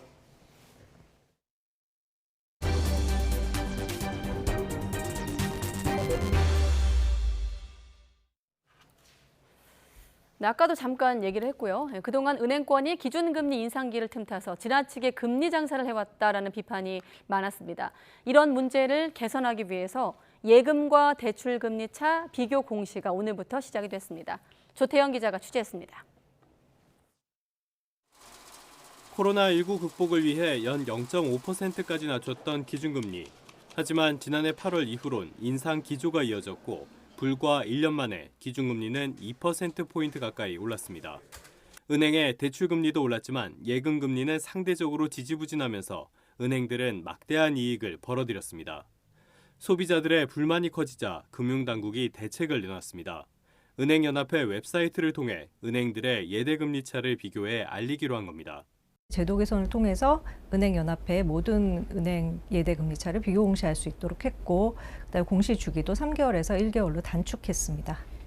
그리고 이뤄진 첫 공시, 19개 은행 가운데 가계대출금리에서 예금금리를 뺀 가계 예대금리차가 가장 큰 곳은 전북은행이었습니다. 지방은행과 인터넷은행이 상위권을 차지했는데 중저신용자나 정책상품 대출 비중이 비교적 크다는 점이 영향을 미쳤습니다. 5대 시중은행 가운데에는 신한은행이 1.62%로 가장 높았고 하나은행이 1.04%로 제일 낮았습니다. 금융당국은 이번 조치로 은행 사이의 경쟁이 활발해지면 최소한 예대금리 차가 더 확대되는 건 막을 수 있을 것으로 기대하고 있습니다. 다만 실제로 효과가 있을지에는 회의적인 시각도 적지 않습니다. 개인의 신용도에 따라서 이런 대출 금리가 산정돼 있는 만큼 단순히 어떤 비교하는 방식으로 은행들 입장에서 가장 돈 벌기 쉬운 이자 장사를 포기할 이유가 없다. 일단 은행연합회는 예대금리 차를 한 달에 한 번 공시할 예정입니다. 또 지금은 은행 자체 신용등급을 기준으로 제공해 비교하기 어려운 대출금리 역시 신용평가사 기준으로 바꿔 은행별 차이를 한눈에 알아볼 수 있도록 했습니다. YTN 주태현입니다. 올해 2분기 전국 물가가 24년 만에 가장 큰 폭으로 올랐습니다. 통계청이 오늘 발표한 지역경제 동향을 보면 석유류와 가공식품, 외식 등이 급등하면서 2분기 전국 소비자 물가지수가 1년 전보다 5.4% 뛰었습니다. 지역별로 보면 강원 지역의 물가 상승률이 6.6%로 가장 높았고 경북과 제주가 그 뒤를 이었습니다. 코스피가 1% 넘게 하락하면서 2,460선으로 주저앉았습니다. 코스피는 지난 19일 종가보다 1.21% 하락한 2,462.5로 거래를 마감했습니다. 이는 지난 3일 2,461.45를 기록한 뒤 최저치입니다. 시가총액 1위 삼성전자는 1.48% 하락한 6만 원을 기록했으며 장중한 때 5만 9,800원까지 내려섰습니다.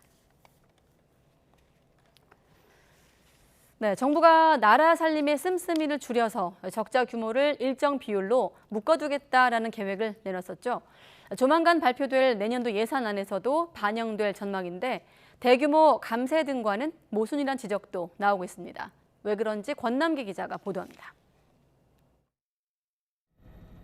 나랏빛 천조원 시대에 윤석열 정부가 내놓은 해법은 긴축입니다. 나라 돈을 아껴 써서 일정 기준 이상으로 나라 살림 적자를 못 내게 하겠다는 겁니다. 예산을 짜는 기획재정부가 앞서 각 부처에 구조조정 없이는 증액도 없다는 일종의 경고장을 보냈을 정도입니다. 허리띠를 졸라매고 내년도 예산안부터 성역 없는 지출 구조 조정과 공공부문 지출 절감에 착수했습니다. 정부가 정한 기준은 세금 수입에서 전체 지출과 사회보장기금을 빼 실질적인 나라 살림을 볼 수 있는 관리재정수지입니다. 이 관리재정수지 적자 규모를 한국경제 전체 규모인 국민총생산 GDP의 3% 비율에 맞춰 묶어두겠다는 방침입니다. 이에 따라 조만간 발표될 내년도 예산 총지출은 올해 본 예산보다 30조 원 정도 늘어나는 데 그친 640조 원 안팎이 될 거란 전망이 나옵니다. 준칙 기준을 법률에 명시하여 구속력을 확보하고 법률 통과 즉시 준칙을 시행하도록 하겠습니다. 다만 단순히 수입과 지출의 뺄셈을 넘어 좀 더 건전성을 확보할 방법이 필요하다는 지적도 나옵니다. 예를 들어서 이번 2차 추경에서부터 현금 출자는 1,000억 원 줄이고 현물 출자는 5,000억 원 늘리는 방법이 사용됐거든요. 이것은 실질적으로 재정 건전성을 유배가 되지만 현금만 맞출 수 있는. 여기에 건전한 재정을 외치면서도 정부 수입을 크게 줄이는 60조 원 감세를 주장하고 병사 월급 인상 등 209조 원 규모의 공약도 고집하는 등 정책 엇박자가 나고 있다는 걱정도 계속됩니다. YTN 권남기입니다. 문재인 전 대통령의 사저가 있는 경남 양산시 하북면의 평산마을에는 오늘부터 경호구역이 확대됐습니다. 그동안 확성기를 동원한 집회로 마을 주민들이 큰 불편을 호소했는데요. 앞으로는 이런 집회나 시위는 제한됩니다. 박종혁 기자가 보도합니다. 불과 하루 전인 일요일, 문재인 전 대통령의 사저 앞의 풍경입니다. 확성기를 동원한 반대단체 회원들의 집회가 종일 이어졌습니다. 월요일 아침의 풍경은 달랐습니다. 소음으로 주민들이 생활에 어려움을 호소했던 마을은 조용한 시골 마을의 모습을 되찾았습니다. 문 전 대통령을 비난하는 내용의 플래카드도 모두 치워졌습니다. 대통령 경호처가 문 전 대통령의 사저 경호구역을 기존 100m에서 300m로 확대했기 때문입니다. 경호구역 아니라도 집회나 시위는 가능하지만 질서 유지 등을 위해서는 제재를 받을 수 있습니다. 다시 말해 심한 욕설이나 비방, 확성기를 이용한 집회 등은 어렵다는 얘기입니다. 대통령 경호구역 내에서는 평화적인 집회 시위는 보장되고 있습니다. 다만 질서를 어지럽히거나 혼잡을 가중하는 행위에 대해서는 대경법에 의해서 제한되거나 제지될 수 있습니다. 경호구역 확대는 사저 앞 시위자 한 명이 문 전 대통령 측 비서에게 커터칼로 위협하다 구속된 뒤 이뤄졌습니다. 문 전 대통령 퇴임 이후 시작된 집회가 점점 격해지자 윤석열 대통령이 지시해 문 전 대통령 사저 경호를 강화한 겁니다. 그동안 소음 공해 등으로 정신적, 육체적 고통을 호소하던 주민들은 환영하는 분위기입니다. 지금 새소리 들리시죠? 낄끼리 소리도 들리고 그래도 확실한 건 아니지만 옛날에 그 팽어스러운 우리 말이 그래도 많이 돌아온 것 같습니다. 방문객들도 정치적 의견 차이를 떠나서 조용해진 마을이 더 좋다는 의견입니다. 시골 마을은 조용한 게 좋죠. 조용하고 뭔가 이런 새소리도 나고 이렇게 해야지 그 확성기 소리 나고 그러는 거는 뭐 정치적인 그런 관계를 떠나서 절대로 바람직하지 않다고 생각을 합니다. 경호구역 확대로 문 전 대통령 사저 앞은 원래의 평화로움을 되찾을 전망입니다. 다만 경호구역 밖에서의 집회 신고가 잇따르고 있어서 기존 단체의 집회나 시위가 일종의 풍선 효과로 나타나지 않을까 우려도 나오고 있습니다. YTN 박종혁입니다. 연예 기획사에서 연습생들에게 정기적으로 속옷만 입은 사진을 보내라고 강요했다는 제보가 들어왔습니다. 몸매를 확인하겠다는 어이없는 이유인데 연예인이 되기 위해 기획사에 잘 보여야 했던 연습생들에게는 큰 고통이었습니다. 황윤태 기자의 단독 보도입니다. 연예기획사 대표와 여성 연습생들이 나눈 모바일 메시지들입니다. 대표는 연습생들에게 매주 화요일 앞, 뒤 옆모습을 찍은 전신 사진을 요구합니다. 사진을 찍을 땐 속옷만 입으라고 강요합니다. 이어 허벅지와 허리, 팔뚝 둘레까지 재서 알려달라고 합니다. 이를 따르지 않으면 K-팝 아이돌이 쉽게 되는 게 아니라고 질책하는가 하면 간혹 2주 연속 같은 색깔 속옷 사진을 보내면 지난주 것이 아니냐고 따지기도 했습니다. 아이돌 가수를 꿈꾸며 우리나라에 온 대만 국적의 20대 A씨는 사진을 보내는 게 악몽과 같았습니다. 회사가 그런 사진 보내달라고 했는데 혹시 보내야 되나 이렇게 검황제 물어봤는데 이 정도는 좀 이상하지. 그래서 내가 안 보냈어요. 대표에게 보낸 사진들이 유출될까 늘 불안하고 두렵습니다. 걱정도 되죠. 사진을 찍으면 그 사람 보내면 그 사람은 어디서 쓰는지도 모르잖아요. 연예기획사 대표는 걸그룹 데뷔 준비 기간을 줄이기 위해 동의를 받고 진행한 것일 뿐 성적인 의도는 전혀 없었다고 말했습니다.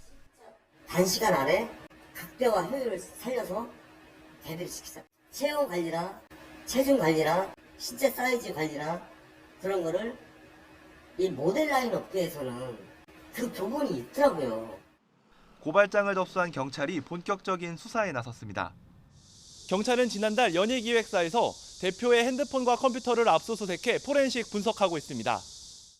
짧은 시간 안에 빠른 효과를 좀 얻으려는 부분에 집중을 하게 되고 이렇게 기획사에서 무리한 요구를 한다고 하더라도 따를 수밖에 없는 것 같아요. 세계적으로 사랑받는 K-팝, 그 이면에는 연습생들에 대한 인권 침해와 여러 불법 행위의 가능성이 존재합니다. YTN 황윤태입니다. 한국농어촌공사 연구 용역을 수행하던 30대 연구원이 야근 등 과로에 시달리다가 임신 6개월 반 만에 미수관을 나왔습니다. 임신부에 대한 야근 지시는 엄연한 불법이지만 업무 지시를 내린 한국농어촌공사 관계자와 연구소는 잘못이 없다며 발뺌하고 있습니다. 김다현 기자가 보도합니다. 충북 청주시에서 연구원으로 일하던 30대 A씨는 한국농어촌공사가 발주한 용역과제를 수행하며 공사 관계자와 소통 업무를 담당했습니다. 지난해 12월 아기를 가져 배가 점점 불러왔지만 프로젝트 마감 기간이 다가올수록 야근은 더 잦아졌고 업무 강도도 세졌습니다. 특히 지난 5월엔 자정 넘어 퇴근했는데도 공사 관계자로부터 다시 새벽에 출근하라는 지시를 받았습니다. 이거 어떻게 해요 그러면? 아유 안 돼요. 끝내놔야지. 미안해서 어떡하죠? A씨는 가까스로 업무를 대체할 사람을 찾아 새벽까지 연락을 주고받은 뒤 5시간 만인 아침 7시에 다시 출근했습니다. 하지만 갑작스럽게 배가 아파 퇴근 후 곧바로 병원을 찾았고 나흘 만에 미숙아를 출산했습니다. 임신한 지 불과 6개월 반 만에 아이를 낳은 겁니다. A씨는 3달 반이나 빠른 조산의 원인이 과로와 스트레스라고 주장합니다. 몸무게나 호흡, 소화 이런 게 다 지금 미숙한 상태이고, 그리고 의사 선생님이 자폐나 그런 발달장애 이런 거를 말씀을 하셨는데, A씨가 일했던 연구소입니다. A씨는 임신 사실을 밝힌 지난해 12월부터 지난 5월까지 10여 차례 야근이나 휴일 근무를 했습니다. 잦은 야근 요구에 뱃속 아기가 걱정됐지만 임신을 핑계로 일을 안 하려는 것처럼 보일까 걱정돼 거부하지 못했다는 게 A씨 설명입니다. 말이 다 이제 주고받으니까 저에 대한 안 좋은 얘기가 나오거나 그럴 수가 있잖아요.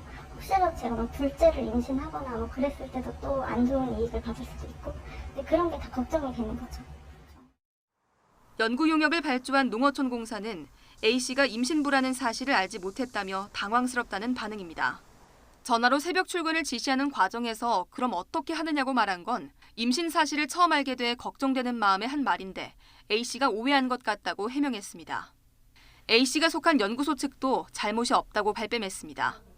애초에 야근을 지시한 적이 없다며 자발적인 근무일 뿐이라는 겁니다. 너 이거 해야 되니까 야근해가지고 이거까지 마무리해. 이런 식의 지시나 이런 것들은 절대 없었어요. 오히려 힘들거나 뭐 하면은 이 친구들이 배려를 했지. 하지만 임신부가 스스로 문서 등을 통해 명확하게 요청하지 않는 한 야근하도록 하는 건 불법에 해당합니다. 근로기준법은 임신부의 시간 외 업무를 금지하고 원할 경우 쉬운 업무로 바꿔주도록 규정하고 있습니다. 손해배상을 다 산모가 입증하면서 재판하라고 하면 너무 힘드니 그런 산모에 대해서는 야간 근로나 휴일 근로를 제한하는 취지가 저는 그런 거라고 보거든요. 심장 판막 수술까지 받은 아기의 건강을 걱정하며 하루하루를 버틴다는 A씨는 조만간 회사와 한국농어촌공사를 근로기준법 위반 등 혐의로 고소할 예정입니다. YTN 김다현입니다. YTN이 보도한 삼성 드럼 세탁기 파손 사고와 관련해 삼성전자가 해당 모델에 대한 자발적인 무상 수리 조치를 오늘부터 실시하기로 결정했습니다. 무상 수리에 들어가는 모델은 지난해 9월부터 올해 5월 사이에 생산된 제품 10만 6천여 대입니다. 조치 대상 제품 등에 대한 상세 정보는 제품안전정보센터와 소비자24, 한국소비자원, 소비자 위해 감시 시스템 등을 통해서 확인할 수 있습니다. 오늘 0시 기준으로 코로나19 신규 환자가 5만 9,046명으로 집계됐습니다. 어제보다 5만 1,000여 명이 줄었고 일주일 전과 비교해도 3,000여 명 감소했습니다. 위중증 환자는 전날보다 20명이 늘어 551명입니다. 하루 새 숨진 환자는 65명으로 누적 사망자 26,109명, 치명률은 0.12%입니다. 정기석 국가감염병 위기대응 자문위원장이 코로나19를 제2의 독감 수준으로 관리하는 것을 목표로 정책 자문 활동을 하겠다고 밝혔습니다. 정 위원장은 오늘 오전 브리핑에서 코로나19도 앞으로 독감처럼 백신을 맞고 치료받을 수 있도록 하겠다고 밝혔습니다. 또 현재 원스톱 진료기관 만여 곳에서 코로나 검사와 치료제 처방이 가능하다면서 60세 이상과 고위험군에 이 시스템이 차질 없게 작동될 수 있도록 하겠다고 덧붙였습니다. 네, 지난 10일 코로나 극복을 선언한 북한에서 일상 회복 움직임이 빨라지고 있습니다. 해수욕장과 박물관 등 관광지마다 피서객들로 북적이는 분위기입니다. 조수영 기자입니다. 북한 함경남도 함흥시에 있는 마전 유원지. 물놀이를 즐기는 인파로 해수욕장이 북적입니다. 인근 소나무 숲에서 승마를 즐기거나 유원지 내 헬스 시설을 이용하는 사람들도 눈에 띕니다. 오늘 가족들을 데리고 이거 마전 유원지 와서 노니까 정말 좋습니다. 이거 말도 타고 버도도 타고. 더위를 피해 실내 휴양 시설을 찾는 피서객들도 많습니다.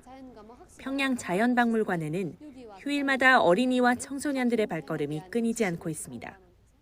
국가적 명절날이나 일요일 같은 때는 10,000명이 넘는 이런 정말 많은 사람들이 찾아오고 있습니다. 앞서 김정은 국무위원장은 지난 10일 악성 전염병 위기가 완전히 해소됐다며 최대 비상방역전 승리를 공식 선포했습니다. 이에 따라 전방과 국경 지역을 제외한 모든 곳에서 마스크 착용 의무가 해제되는 등 방역 조치가 대폭 완화됐습니다. 휴양과 요양, 관광도 정상화되면서 공공시설마다 활기를 띠고 있습니다. 하지만 북한에는 백신이 없어 코로나19가 아직 잠복해 있을 가능성이 큰 만큼 재확산을 경계해야 한다는 전문가들의 우려는 여전합니다. YTN 조수연입니다. 정부가 오는 2026년까지 인공지능과 빅데이터 등의 분야에서 디지털 인재 100만 명을 양성하기로 했습니다. 또 초등학교와 중학교에서 코딩 교육을 필수화하고 정보 수업 시간도 2배 이상 늘리기로 했는데 자칫 사교육을 부추길 것이란 우려도 나오고 있습니다. 신현준 기자의 보도입니다. 정부가 내놓은 디지털 인재 양성 방안은 전 국민의 디지털 교육 기회를 늘려 앞으로 5년간 다양한 수준의 디지털 인재 100만 명을 키우겠다는 겁니다. 석박사급 고급 인재 13만 명, 학사급 중급 인재 71만 명, 고졸과 전문학사급 초급 인재가 16만 명입니다. 소프트웨어, AI 등 디지털 신기술 분야에서 향후 5년간 73만 8천 명의 인재가 필요할 것으로 예상하였습니다.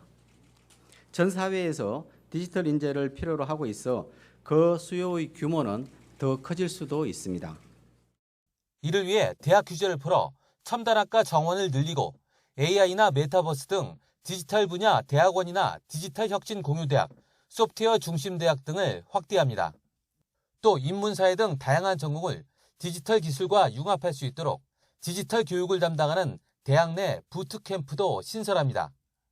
일상에서 디지털 기술을 활용하는 인재를 키우기 위해서는 대학 수준의 디지털 교양 과정이나 평생 학습을 제공할 계획입니다. 디지털 인재 저변 확대를 위해 정보 교육도 강화합니다. 초등학교와 중학교의 정보 교과 시간을 2배 이상 늘리고 코딩 교육도 필수화할 방침입니다. 디지털 혁신 기술, AI라든지 빅데이터 등을 활용한 내용들까지 포함해서 코딩 교육을 내재화하고 좀 더 내실화하는 데 초점이 맞춰져 있다고 보시면 될 것 같습니다. 하지만 인재 양성을 위한 교원 확보가 쉽지 않은 데다 첨단학과 증원에 대한 지방대의 반발, 코딩 교육 필수화에 따른 사교육 과열 부작용 등은 해결해야 할 숙제로 남을 전망입니다. YTN 신현주입니다.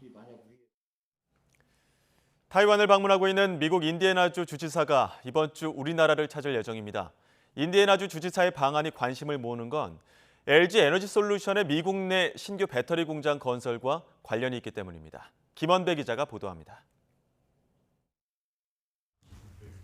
24일까지 타이완을 방문 중인 에릭 홀콤 미국 인디애나주 주지사가 타이완 방문 뒤 우리나라를 찾습니다. 홀콤 주지사의 방한이 관심을 모으는 것은 LG 에너지 솔루션의 미국 내 신규 배터리 공장 유치와 관련이 있기 때문입니다.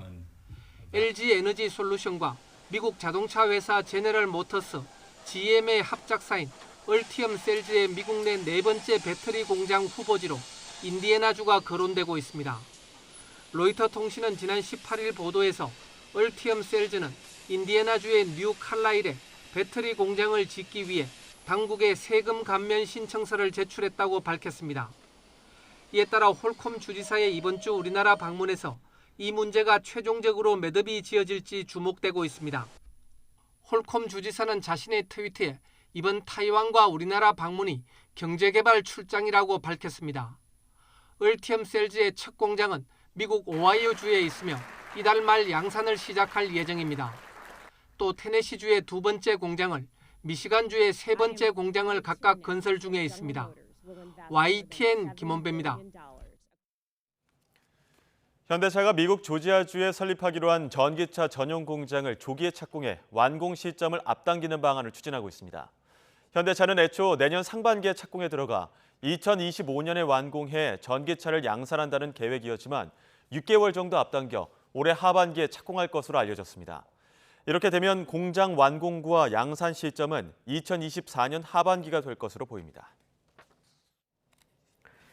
네, 승합차를 함께 타고 가던 여성을 흉기로 찌르고 달아난 40대 남성이 전 수구 국가대표 추격 끝에 경찰에 붙잡혔습니다.